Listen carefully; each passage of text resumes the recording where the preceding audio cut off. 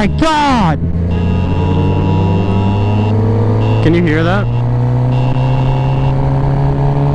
That's probably the most annoying intro ever. I just got an Amber Alert on my phone. So what's up, guys? I am out here riding with the group today, and I want to talk about something because it's kind of hit close to home. I mean, I don't know the guy on a personal level, but there's a guy on Instagram. He used to go by the name of Frogman, but anyways, I don't know exactly what happened. I just know the guy passed away. I've talked to him many times over the years. His real name was Alex, and I don't know if it was bike related or not, but I know he rode a bike. And also Red Spade up in the Georgia mountains, she just lost a friend of hers, and I keep hearing, actually the two guys I'm riding with today, they just lost a friend like 2 days ago from riding. And I keep hearing all these stories about people crashing or getting hit and things like that, and I just want to talk like bike safety for a video, you know? Not exactly like bike safety. I'm not going to tell you what to do, but I'm going to try to tell you some ways you can minimize your risk and ride like safer but still have fun. Like, you see how we ride? Like, we ride, you know, I wouldn't say that aggressively. We ride just, you know, we like to hit the corners and this and that, and I do wheelies and whatnot, but really we just like to get out and have some fun, you know? It's about being on the bike and enjoying the ride. Every ride doesn't have to be like 100% like full, like is to the fullest of your capabilities on a bike, you know? You can just go out, have fun, hit the corners, flow, get a good flow going, and enjoy the day. I see so many people that are so hung up on things like their chicken strips, or they want to get their wheelies higher, and they rush and push their progress a lot faster than they're capable of making progress.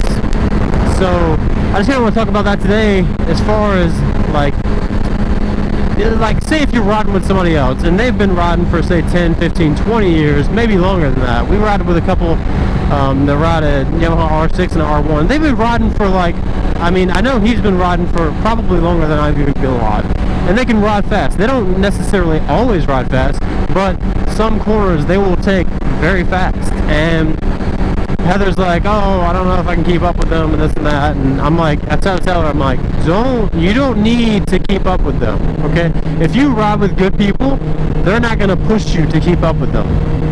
They're going to push you to have fun and ride at your own skill level. You know what I'm saying? So when you're out riding with a group, you need to not push your progress faster than you're capable of making progress, if that makes sense. Heather's a good rider, don't get me wrong. She's a good rider, and she's a safe rider, and we talked about this yesterday on the way to the gym. She says basically she doesn't want to push herself further than she feels safely able to do so. And that right there is the key to riding a long time and having minimal crashes. You know, I can't say that she'll never crash. I know I've crashed twice. You know, people crash all the time. Like, but for instance, if she did happen to go down, I would hope that it would be, you know, going slow through a corner, rolling through a corner on accident, or you know, it wouldn't be like something stupid, is what I'm trying to say. I don't think she would be the type of person that goes off the side of the highway at 120 miles an hour. She's just not that kind of rider. But people do that, and you gotta remember that if you wreck a bike going that speed, you are like quadrupling your odds of it being fatal or just being like, you know, catastrophic. You know, if you, like, say if for this, just for an example, if one of us were to low side around this corner right now, we're about to take it at, you know, 35, 40 miles an hour, right? That would be a lot less dangerous of a crash than, say, going on the highway and going 180 and misjudging a car and hitting the back of a car or something like that, because that kind of stuff happens all the time. I don't know where you live, but if you live anywhere near Florida, or anywhere that's like heavily populated with bikes, like Texas, North Carolina, South Carolina, Georgia, Florida, California, places like this that are heavily congested with bikes and traffic are very dangerous. You know, I'm not here to preach about this. I'm just here to say, you know, just put your ego in check when you go ride, and remember to ride at your own skill level. And that's one of the good things about Heather and this is why I enjoy riding with her. And I'm not, like, I'm afraid to a point to where something could happen to her out of her, you know, out of her, whatever you call it. I'm having a brain fart here. But anyways, I think that as far as she goes and her riding style, I think that she will live a long, happy life and ride many more miles. Whereas some people who don't wear gear, I see girls and guys wearing no helmets in Florida. I mean, that right there, you could wreck it like 20 miles an hour and hit your head on the curb, and you could die from that. I mean, you could die from anything, honestly. But I mean, it's kind of a dark subject to be talking about this kind of stuff, but it's just something that I think needs to be brought up every now and then, because I know people watch my channel and they think like, oh, that guy, he rides crazy, or this and that, and, oh, he does wheelies, he's crazy. It's whatever, but and I do, and if you watch my videos, you will know that I only do wheelies like in like the middle of nowhere where there's no traffic. I don't wheelie out on the highway. I don't wheelie through like, you know, in neighborhoods and stuff like that where other people do, and I hear stories about people crashing or looping their bikes, or so it's just, you know, it's a touchy subject, but I think people need to you know, just kind of recognize. I think Heather's trying to talk to me right now. Are you there? She disconnected and then disconnected. But anyways,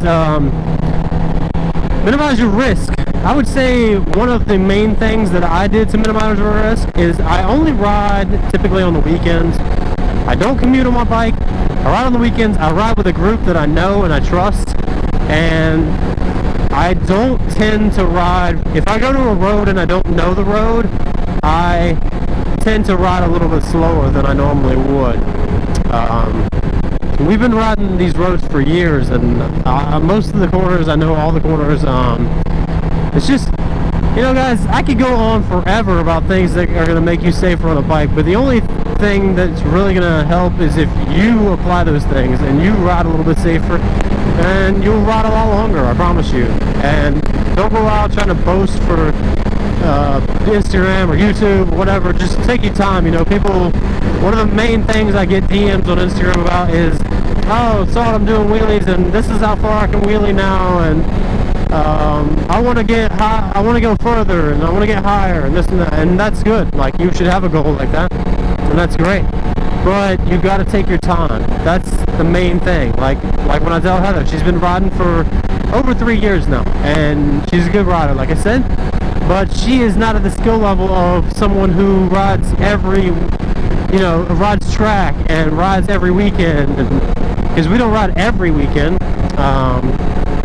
But somebody who rides the track and someone who rides all the time is going to be a lot higher skill level than her or I.